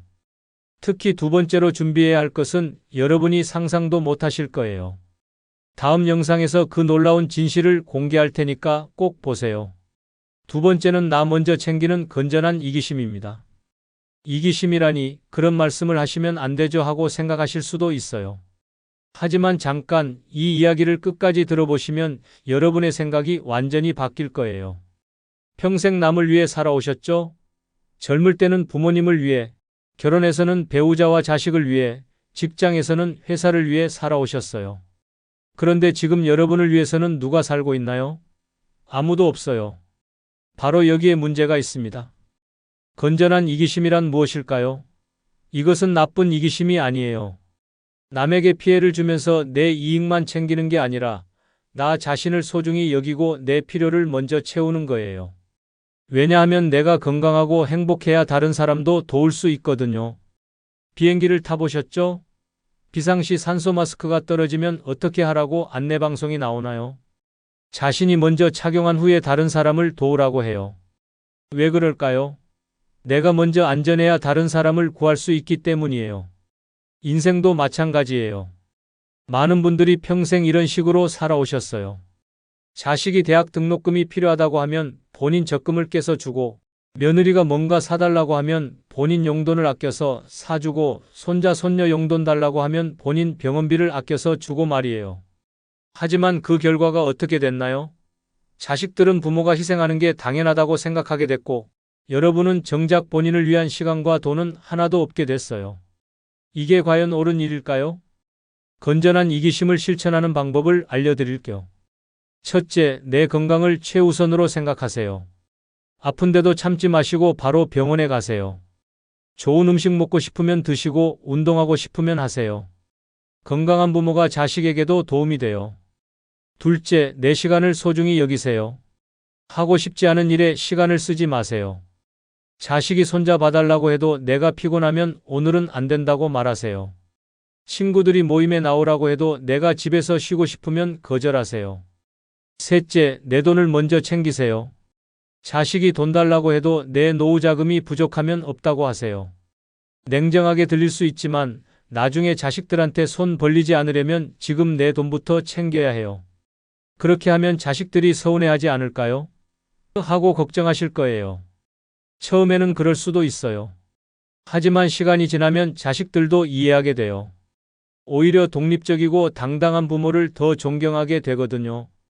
건전한 이기심을 갖지 못하면 어떻게 될까요? 계속 남을 위해서만 살다가 정작 본인은 아무것도 남지 않게 돼요. 늙어서 아프고 외롭고 가난해져도 누구 하나 진심으로 도와주지 않아요. 왜냐하면 모든 사람이 여러분의 희생을 당연하게 생각하게 됐거든요. 반대로 건전한 이기심을 가지면 어떻게 될까요? 여러분이 건강하고 경제적으로 독립적이기 때문에 자식들도 부담 없이 대할 수 있어요. 서로 의존하지 않으니까 더 건강한 관계를 유지할 수 있고요. 나이 들어서 가장 무서운 게 뭔지 아세요? 남에게 의존하게 되는 거예요. 돈도 없고 건강도 없어서 자식들 눈치를 봐야 하는 상황 말이에요. 그런 상황을 피하려면 지금부터라도 나 자신을 먼저 챙기는 건전한 이기심을 가져야 해요. 죄책감 가질 필요 전혀 없어요. 평생 남을 위해 살아오신 여러분이니까 이제는 본인을 위해 사셔도 돼요. 아니, 사셔야 해요. 그래야 진짜 자유롭고 행복한 노후를 보낼 수 있거든요. 하지만 건전한 이기심만으로는 완전한 자유를 얻을 수 없어요. 다음 영상에서 그 해답을 알려드릴 테니까 꼭 보세요. 세 번째는 자식에게 미련 두지 않는 태도입니다. 자식한테 미련을 두지 말라니 그게 말이 되나요? 하고 깜짝 놀라실 거예요. 하지만 이 말의 진짜 의미를 아시면 여러분의 마음이 얼마나 편해질지 상상도 못하실 거예요. 혹시 이런 경험 있으신가요? 자식이 전화 안 받으면 밤새 잠 못 이루고 명절에 안 오면 서운해서 며칠을 속상해하고 자식 집에 놀러 갔는데 차갑게 대하면 마음이 찢어지는 것 같고 말이에요. 바로 이런 게 자식에게 미련을 두는 거예요. 자식에게 미련을 두지 않는다는 것은 자식을 사랑하지 말라는 게 아니에요. 자식의 선택과 삶을 인정하고 내 감정을 자식에게 의존하지 않는다는 뜻이에요. 쉽게 말해서 자식이 어떻게 하든 내 마음의 평화를 지키는 거죠. 왜 이런 태도가 필요할까요? 현실을 한번 보세요. 요즘 젊은 사람들은 정말 바빠요. 직장 일도 힘들고 자기 가정도 챙겨야 하고 아이들 교육비 때문에 허리가 휘어져요. 그런데 여기에 부모님까지 챙기라고 하면 얼마나 부담스럽겠어요? 많은 부모님들이 이런 실수를 하세요. 자식이 자주 안 온다고 서운해하고 용돈 안 준다고 섭섭해하고 관심 안 가져준다고 원망해요. 하지만 이런 감정들이 여러분을 더 불행하게 만들 뿐이에요. 자식에게 미련을 두지 않으려면 어떻게 해야 할까요? 첫째, 자식도 독립된 어른이라는 걸 인정하세요. 30살, 40살이 넘은 사람이 누구예요? 다 어른이에요. 어른에게는 어른의 선택권이 있어요. 부모가 원하는 대로 살아야 할 의무는 없다고요. 둘째, 기대를 낮추세요. 자식이 이렇게 해줬으면 좋겠다는 기대가 클수록 실망도 커져요. 대신 자식이 건강하게만 살면 된다고 생각하세요. 나머지는 모두 덤이에요. 셋째, 자식의 삶에 간섭하지 마세요. 누구랑 결혼하든 어떤 직업을 갖든 어디에 살든 자식 마음이에요. 내가 키워놨는데라는 생각은 버리세요.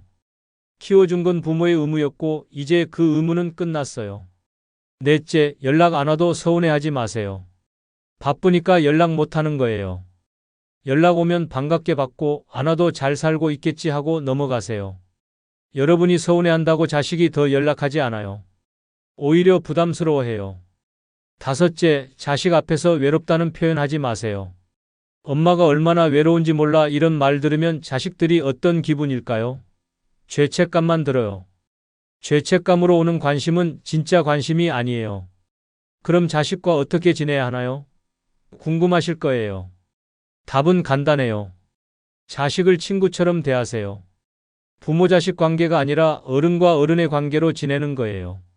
서로 예의를 지키고 서로 독립적이고 서로 간섭하지 않는 관계 말이에요. 자식이 찾아오면 반갑게 맞이하되 오래 있으라고 붙잡지 마세요. 돈 달라고 하면 여유 있을 때만 주고 없으면 솔직히 없다고 하세요. 자식 문제로 고민 상담 받아도 조언만 해주고 직접 개입하지는 마세요. 이렇게 하면 신기한 일이 일어나요. 자식들이 오히려 더 편하게 다가와요. 왜냐하면 부담이 없거든요. 엄마가 서운해 하시지 않을까, 뭐 해달라고 하시지 않을까 이런 걱정 없이 자연스럽게 찾아오게 돼요. 가장 중요한 건 여러분의 마음이에요. 자식에게 미련을 두지 않으면 마음이 정말 편해져요. 자식이 연락 안 와도 괜찮고 명절에 안 와도 괜찮고 용돈 안 줘도 괜찮아요. 내 행복이 자식에게 달려있지 않으니까요. 많은 부모님들이 자식 때문에 산다고 하시는데 이건 잘못된 생각이에요. 자식은 독립된 인격체이고 여러분도 독립된 인격체예요. 각자의 삶을 살아가는 거지 누가 누구를 위해 살 필요는 없어요. 자식에게 미련을 두지 않는 태도를 가지면 진짜 자유로운 노후가 시작돼요. 자식 눈치 안 보고 자식 기분 안 봐주고 내가 하고 싶은 대로 살 수 있어요. 이게 바로 혼자 살기의 진짜 매력이에요. 하지만 자식에게 미련을 두지 않는 것만으로는 충분하지 않아요. 네 번째, 이것이야말로 정말 중요해요. 다음 영상에서 그 비밀을 공개할 테니까 절대 놓치지 마세요. 네 번째는 완벽주의 버리고 적당주의입니다. 적당주의라니 그럼 대충 사는 건가요? 하고 생각하실 수도 있어요. 하지만 천만에요. 이 이야기를 끝까지 들으시면 왜 적당주의가 진짜 지혜로운 삶의 방식인지 깨달으실 거예요. 혹시 이런 분이신가요? 집안이 조금만 더러워도 견딜 수 없어서 매일 청소하고 음식 만들 때도 완벽하게 맛있게 해야 직성이 풀리고 옷차림도 항상 단정해야 하고 남들이 보기에 흠잡을 데 없어야 한다고 생각하시나요? 그렇다면 여러분은 완벽주의에 빠져 계신 거예요. 완벽주의가 왜 문제일까요? 첫째, 너무 피곤해져요. 모든 걸 완벽하게 하려다 보니 하루 종일 일만 하게 돼요. 쉴 틈이 없어요. 둘째, 스트레스가 엄청나요. 완벽하지 않으면 불안하고 초조해져요. 셋째, 남을 힘들게 해요. 가족들도 여러분의 완벽주의 때문에 숨이 막혀요.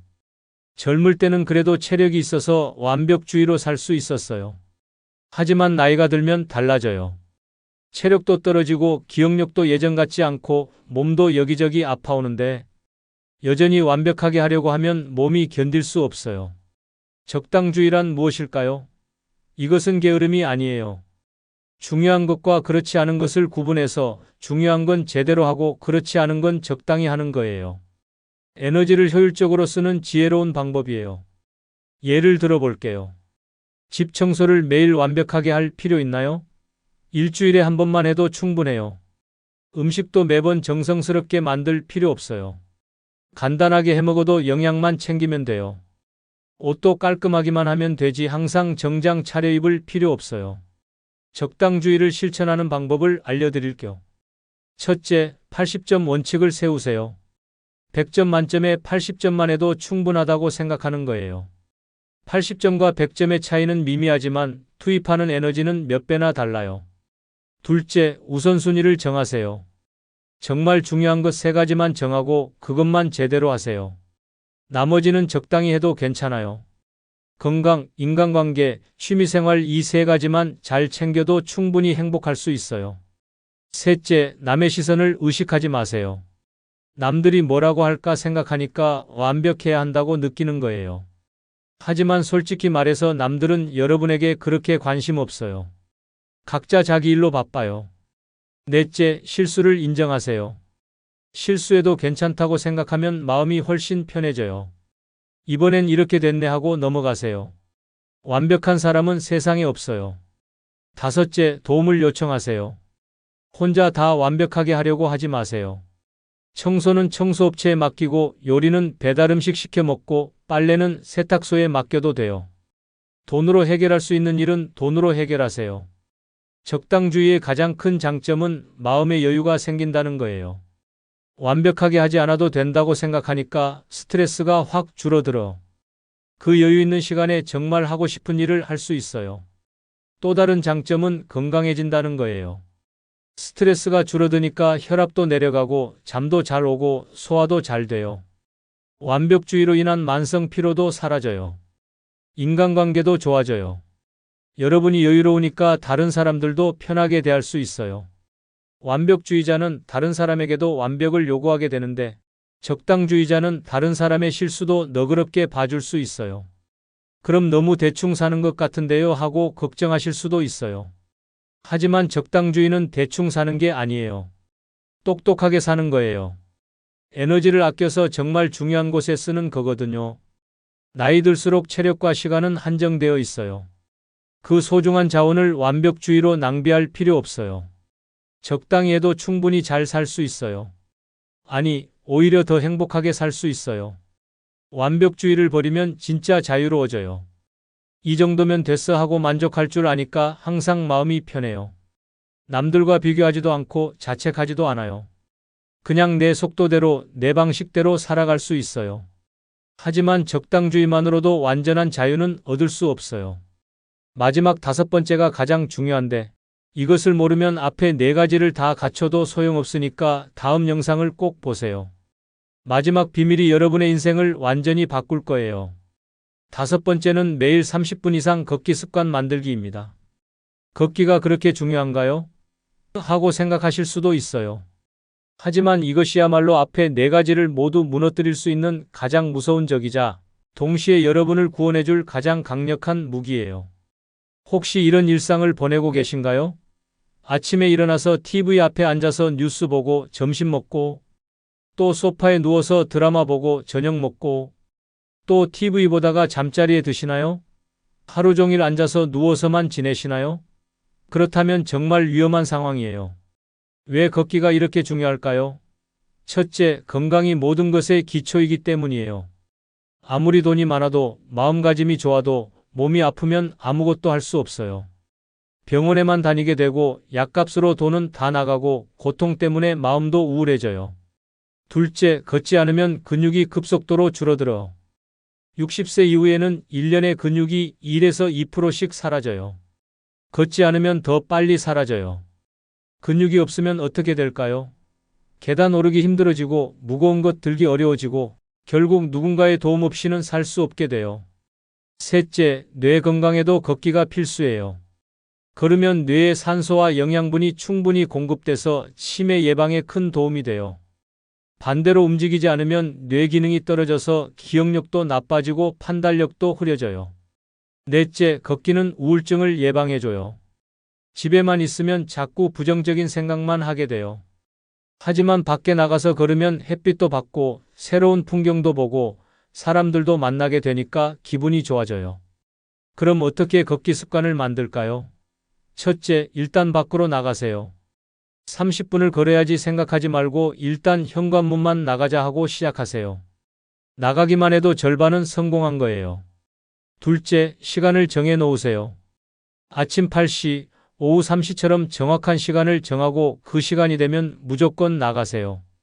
날씨 핑계, 몸이 좀 아프다는 핑계 대지 마시고 일단 나가세요. 셋째, 목적지를 만드세요. 그냥 걷기만 하면 재미없어요. 마트 가기, 은행 가기, 우체국 가기처럼 작은 용무라도 만들어서 걸어가세요. 목적이 있으면 걷기가 훨씬 쉬워져요. 넷째, 걷기 친구를 만드세요. 혼자 걷기 어려우면 이웃이나 친구와 함께 걸으세요. 약속이 있으면 나가지 않을 수가 없거든요. 서로 격려도 하고 이야기도 나누면서 걸으면 시간이 금방 가요. 다섯째, 만복이나 스마트폰 앱을 활용하세요. 하루에 몇 걸음 걸었는지 확인하면 동기부여가 돼요. 어제보다 오늘 더 많이 걷겠다는 목표를 세우는 것도 좋아요. 30분 걷기가 어렵다면 10분부터 시작하세요. 10분에 익숙해지면 15분, 20분, 30분으로 늘려가세요. 중요한 건 매일 하는 거예요. 하루 걸러 한번 1시간 걷는 것보다 매일 30분 걷는 게 훨씬 좋아요. 걸을 때 주의할 점도 있어요. 첫째, 편한 신발을 신으세요. 발이 아프면 걷기 싫어져요. 둘째, 너무 빨리 걷지 마세요. 옆 사람과 대화할 수 있을 정도의 속도면 충분해요. 셋째, 무리하지 마세요. 몸이 아프면 쉬었다가 걸으세요. 걷기의 효과는 정말 놀라워요. 한 달만 꾸준히 걸어도 몸이 가벼워지는 걸 느낄 수 있어요. 계단 오르기가 수월해지고 잠도 잘 오고 소화도 잘 되고 기분도 좋아져요. 6개월 정도 걸으면 더 큰 변화를 느낄 수 있어요. 혈압이 내려가고 혈당이 안정되고 체중도 줄어들어. 무엇보다 자신감이 생겨요. 내가 이것도 할 수 있구나 하는 성취감이 들거든요. 1년 이상 꾸준히 걸으면 인생이 바뀌어요. 병원 갈 일이 줄어들고 약 먹을 일도 줄어들고 활력이 넘쳐서 다른 것들도 하고 싶어져요. 정말 젊어진 것 같은 기분이 들어요. 걷기 습관이 있으면 앞에 4가지도 더 쉽게 실천할 수 있어요. 건강하니까 10년치 생활비도 덜 걱정되고 자신감이 있으니까 건전한 이기심도 갖기 쉽고 마음이 여유로우니까 자식에게 미련 두지 않기도 쉽고 체력이 있으니까 적당주의로 살아도 충분해요. 반대로 걷지 않으면 어떻게 될까요? 건강이 나빠져서 병원비로 돈은 다 나가고 우울해져서 자식들한테 짜증내고 완벽주의로 스트레스 받고 결국 혼자 사는 게 불가능해져요. 매일 30분 걷기, 이것이야말로 진짜 자유로운 혼자 살기의 핵심이에요. 이 5가지를 모두 갖추면 정말 누구보다 행복하고 자유로운 노후를 보낼 수 있어요. 오늘부터 당장 시작하세요. 미루지 마세요. 여러분의 남은 인생이 달렸어요.